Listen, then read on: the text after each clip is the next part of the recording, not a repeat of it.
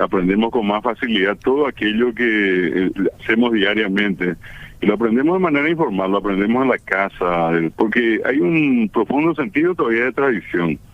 A eso, sin ninguna duda, tenemos que sumar el trabajo de la gente que está en los medios de comunicación. En el caso de ustedes, Sí. increíblemente hay cuestiones tan fuertemente arraigadas, el CIPA, imposible pasar una mañana y no servirte un quererupá.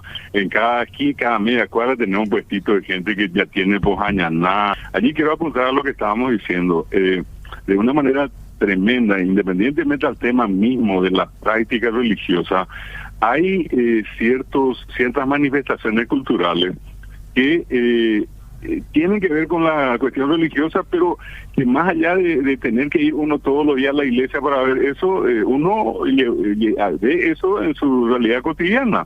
Sí. Es decir, hay prácticas como esto de la Semana Santa, que mucha gente que inclusive no tiene una práctica religiosa, digamos, intensa o Aprovecha. cotidiana, igual se impresiona y dice, mira qué lindo, vamos a ir allá. La cuestión nomás es que todos, al entrar en ese modo Semana Santa, es como sentimos una necesidad, ¿verdad? Es lo mismo que toditos los canales te van a volver a pasar la película más vieja que hay allá de Ben Hur y compañía, y todo el mundo va a estar prendido a eso. ¿Y qué significa eso? Que hay un proceso de revalorización, pese a toda esa campaña, porque hay una campaña instalada, y te doy la razón cuando vos estabas diciendo una tendencia a despersonalizarnos. Bueno, pero lo contrario, eso es lo que estamos viendo en la realidad.